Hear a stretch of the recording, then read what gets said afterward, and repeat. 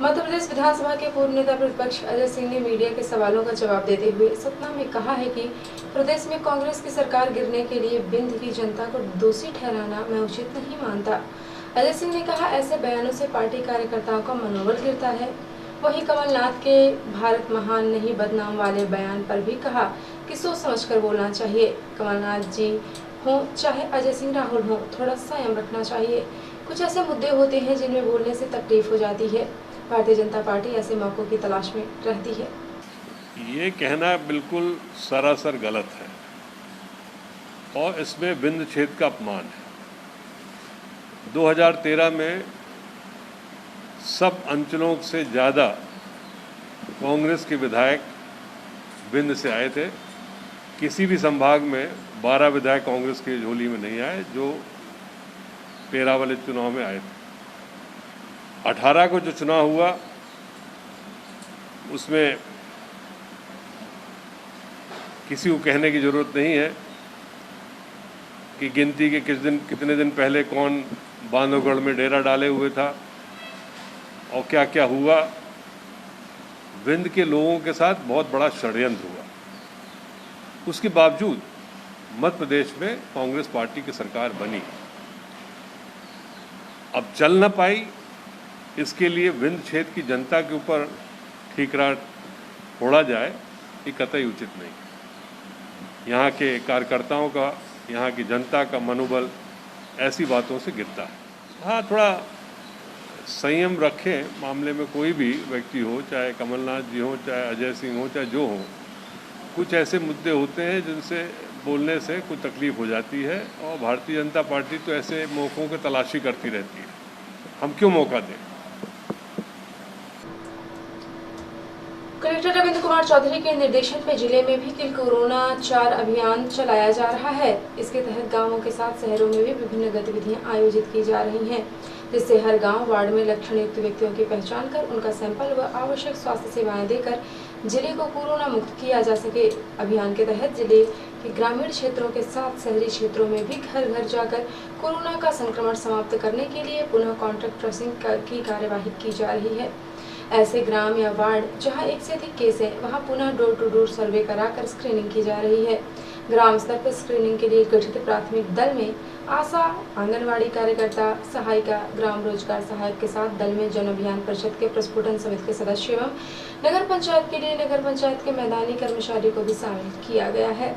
वहीं शहरी क्षेत्र पर स्क्रीनिंग के लिए गठित दल में उषा, आंगनवाड़ी कार्यकर्ता के साथ साथ अन्य विभाग के मैदानी अमले का सहयोग लिया जा रहा है, जिसके कारण जिले में कोरोना पॉजिटिविटी प्राप्त होने की दर भी घट रही है। इस दर को पूरी तरह से समाप्त करने के लिए रैंडम आधार पर लोगों की सैंपलिंग की कार्यवाही की जा रही है। वहीं प्राथमिकता के साथ विभिन्न व्यवसाय करने वालों को कोरोना वैक्सीनेशन भी करवाया जा रहा है, जिससे जल्दी से जल्दी जिला कोरोना मुक्त हो सके। 2 जून को NRLM के तहत जिले में काम करने वाली महिलाएं जो पिछले 5 वर्ष इस सामाजिक अंकेक्षण का कार्य कर रही हैं, इनके द्वारा स्व सहायता समूह के माध्यम से महिला सशक्तिकरण एवं स्वावलंबी बनने का कार्य भी किया जा रहा है। साथ ही सोशल ऑडिट का कार्य पिछले कई वर्षों से मेहनत एवं लगन के साथ कर रही थी। अब इनके साथ अन्यायपूर्ण कार्यवाही करके इनके अनुभव एवं वरिष्ठता को दरकिनार करके इनको कार्य से वंचित किया जा रहा है, जिसकी शिकायत लेकर NRLM की कार्यरत महिलाओं ने जिले के कलेक्टर से मिलकर उन्हें अपना शिकायती आवेदन सौंपा। जिले के कलेक्टर को अपना शिकायती आवेदन देने के बाद NRLM की महिलाओं ने NTV इंडिया न्यूज को अपनी समस्या बताई और कहा, हमें हमारे कार्य अनुभव के आधार पर न्याय मिलना चाहिए।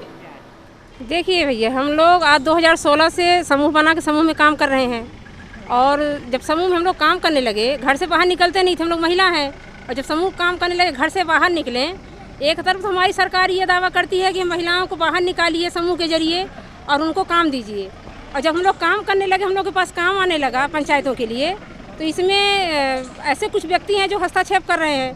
अभी सोशल ऑडिट का हम लोग ने आज 6 साल से काम कर रहे हैं। सोशल ऑडिट का 2016 में हम उसका इंटरव्यू भी दिए हैं, उसकी परीक्षा दिए और उसमें हमको सिलेक्ट किया गया। हम 6 साल से काम कर रहे हैं, लेकिन आज उसकी जब नियुक्ति होनी हुई तो पहले तो हमको ये कहा कि हटा दिया गया कि हम 40 वर्ष से ज़्यादा है, जबकि शासन ने महिलाओं को 45 वर्ष की छूट दे रखी है।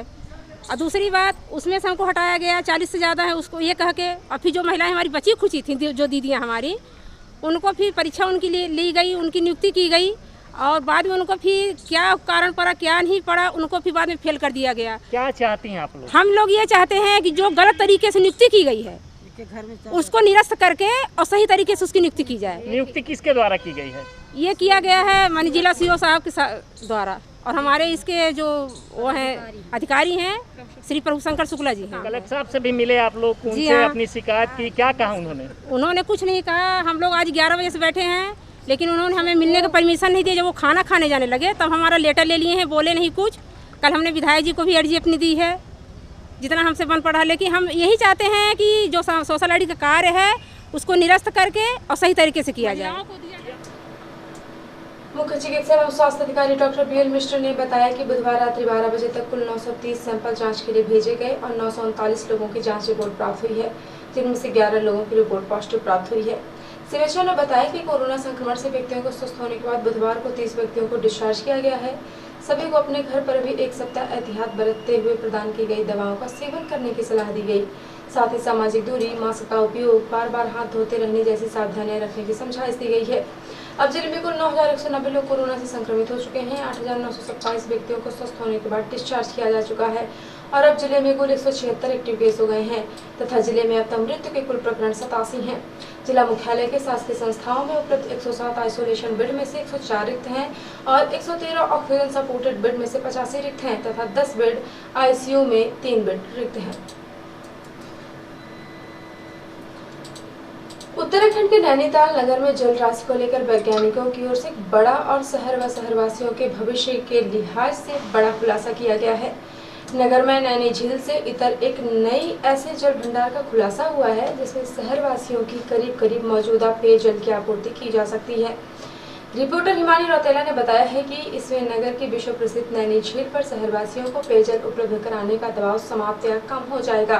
साथ ही शहर के आधार बलियानाला में दशकों से हो रहे भूस्खलन को भी प्राकृतिक तौर पर रोकने में बड़ी मदद मिल सकती है।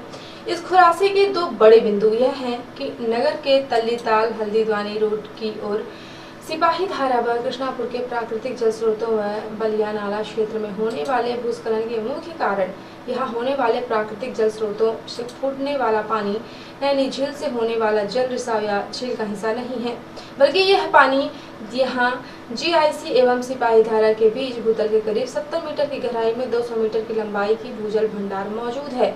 यह दावा IIT रुड़की के भूवैज्ञानिक विभाग के प्रोफेसर डॉक्टर संदीप सिंह ने अपनी report geophysical investigation for study of delineation of path of flow of surface water in upstream of Baliyana Nainital में किया गया है।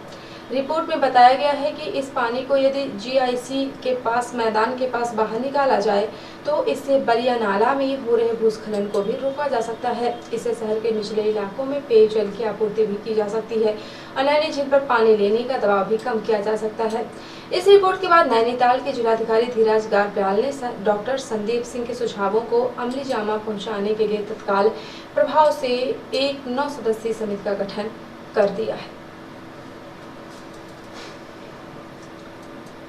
कोरोना महामारी के बढ़ते खतरे को देखते हुए लगातार कई लोग अपने अपने स्तर से जिला अस्पताल BD पांडे की सहायता के लिए आगे आ रहे हैं। इसी क्रम में नैनीताल प्रतिष्ठित होटल प्रेम रोज रॉयल किचन व सामंत कंस्ट्रक्शन द्वारा BD पांडे अस्पताल को स्वास्थ्य उपकरण दिए गए।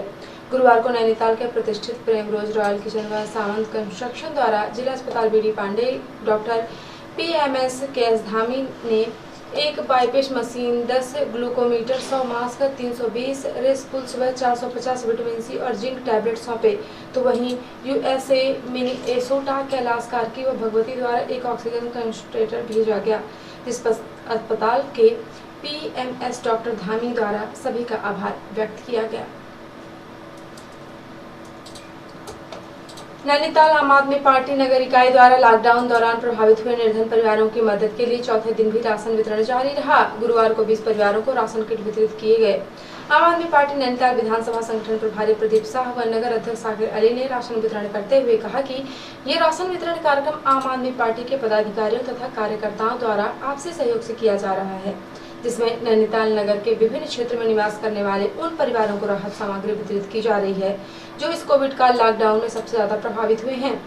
नगर अध्यक्ष साकिर अली ने बताया कि चौथे चरण में नगर क्षेत्र के 20 चिन्हित परिवारों को राशन वितरण किया गया, जिसमें 5 किलो आटा का बैग, 5 किलो चावल का बैग, 1 किलो दाल का पैकेट, आधा किलो चीनी, आधा लीटर सरसों का तेल की किट वितरित की गई।